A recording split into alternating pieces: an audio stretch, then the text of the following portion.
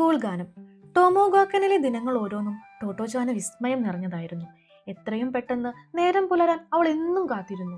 തിരികെ വീട്ടിലെത്തിയാലോ നാവിന് വിശ്രമം കൊടുക്കാൻ അവൾക്കാവുമായിരുന്നില്ല. റോക്കിയോടും അമ്മയോടും അച്ഛനോടുമെല്ലാം അവൾ സംസാരിച്ചു കൊണ്ടേയിരിക്കും.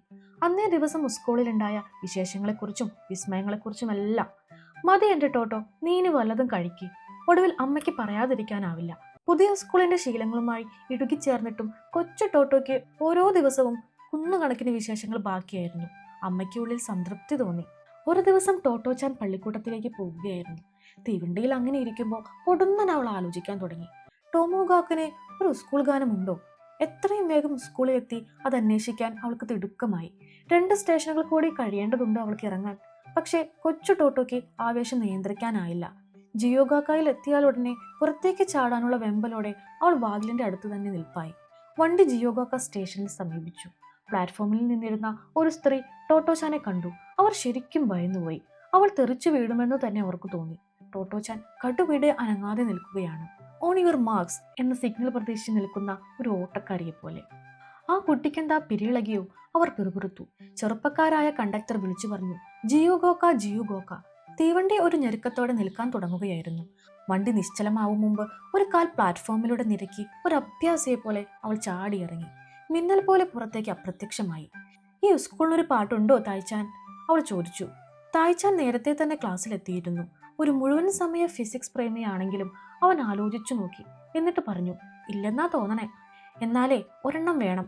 ഗാഢമായി ചിന്തിച്ചുകൊണ്ട് ടോട്ടോച്ചാൻ പറഞ്ഞു, ഞങ്ങളുടെ പഴയ സ്കൂളിലെ അസലൊരു പാട്ടുണ്ടായിരുന്നു. ആവുന്നത്ര ഉച്ചത്തിൽ അവളത് പാടാൻ തുടങ്ങി.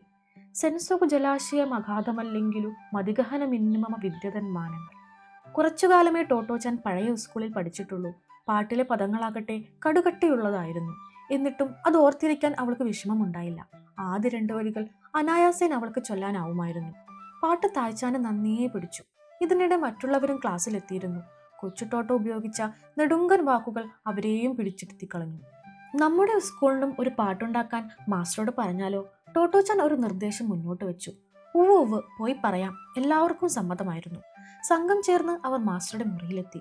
ടോട്ടോച്ചാൻ പഴയ സ്കൂളിലെ പാട്ട് മാസ്റ്ററെ പാടി കേൾപ്പിച്ചു. ശരി, പാട്ടുണ്ടാക്കി കളയാം. നാളെ രാവിലെ ആവട്ടെ. കുട്ടികളുടെ അപേക്ഷ മാനിച്ചുകൊണ്ട് മാസ്റ്റർ പറഞ്ഞു. ഉറപ്പാണല്ലോ? കുട്ടികൾ ആരാഞ്ഞു.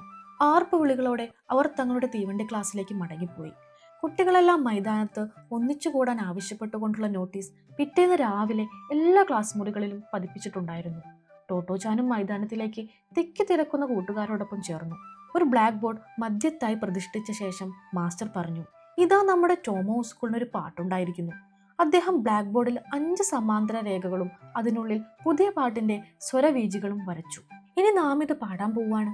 എല്ലാവരും ഒത്തൊരുമിച്ച് ഒരു മ്യൂസിക് കണ്ടക്ടറെ പോലെ 2 കൈകളും ആകാശത്തേക്ക് ഉയർത്തിക്കൊണ്ട് മാസ്റ്റർ പറഞ്ഞു. കൈകൾ താളത്തിൽ ചലിപ്പിച്ച് അദ്ദേഹം പാടാൻ ആരംഭിച്ചു. ടോമോയിലെ 50 കുട്ടികളുടെയും നാവുകൾ ഒന്നിച്ചു ചലിച്ചു. ടോമോ ടോമോ ടോമോ ഓ. ഇത്ര മാത്രമേ ഉള്ളൂ? അല്പനിമിഷത്തെ മൗനത്തിന് ശേഷം ടോട്ടോച്ചാൻ ചോദിച്ചു. ഉവ്, ഇത്രയേ ഉള്ളൂ. അഭിമാനപൂർവ്വമാണ് മാസ്റ്റർ മറുപടി പറഞ്ഞത്. ടോട്ടോച്ചാന് വല്ലാത്ത നിരാശ തോന്നി. അവൾ ശബ്ദം താഴ്ത്തി പറഞ്ഞു, അസല് വാക്കുകളുള്ള ഒരു പാട്ടായിരുന്നു നല്ലത്. സെൻസുകു ജലാശയം അഗാധമല്ലെങ്കിലും പോലെ. അത് അപ്രതീക്ഷിതമായിരുന്നു. മാസ്റ്റർ ഒന്ന് വിളറി. എങ്കിലും ചെറുചിരിയോടെ പറഞ്ഞു, അപ്പൊ പാട്ട് ഇഷ്ടായില്ല അല്ലേ? ഒന്ന് നിർത്തിയ ശേഷം മാസ്റ്റർ തുടർന്നു. ഞാൻ കരുതി ഇതായിരിക്കും കുറേ കൂടി രസമെന്ന്. പുതിയ പാട്ട് ആർക്കും തന്നെ ഇഷ്ടപ്പെട്ടില്ല എന്നതാണ് നേരെ. അത് അത്രയേറെ ലളിതമായിരുന്നു. പാട്ടേ ഇല്ലാതിരിക്കുകയാണ് ഇതിലും ഭേദമെന്ന് കുട്ടികൾ വിചാരിച്ചു. കൊബയാഷി മാസ്റ്റർക്ക് ദുഃഖം തോന്നിയിരിക്കണം. പക്ഷേ അദ്ദേഹം കോപിച്ചില്ല. മാസ്റ്റർ സാവധാനം ബോർഡിലെ സ്വരരേഖകൾ മായ്ക്കാൻ തുടങ്ങി. തങ്ങളുടെ നിലപാട് കുറച്ച് ക്രൂരമായി പോയോ എന്ന് കൊച്ചു ടോട്ടോയ്ക്ക് തോന്നാതിരുന്നില്ല.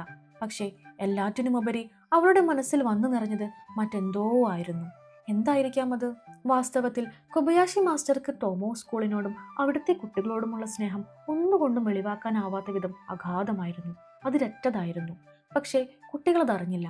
അറിയാനുള്ള പ്രായം അവർക്കുണ്ടായിരുന്നില്ല. സ്കൂൾ ഗാനത്തിന്റെ കാര്യം കുട്ടികൾ വളരെ വേഗം മറന്നു. മാസ്റ്റർ ആകട്ടെ അതൊരു പ്രാഥമിക ആവശ്യമായി ഒരിക്കൽ പോലും പരിഗണിച്ചിട്ടുമില്ല. അങ്ങനെ ബോർഡിൽ വരഞ്ഞിട്ട സ്വരവീജികൾ അപ്രത്യക്ഷമായതോടെ അക്കാര്യത്തിന് തിരശീലയും വീണു. പിന്നീടൊരിക്കലും ടോമോഗാക്കിന് ഒരു സ്കൂൾ ഗാനം ഉണ്ടായിട്ടേയില്ല.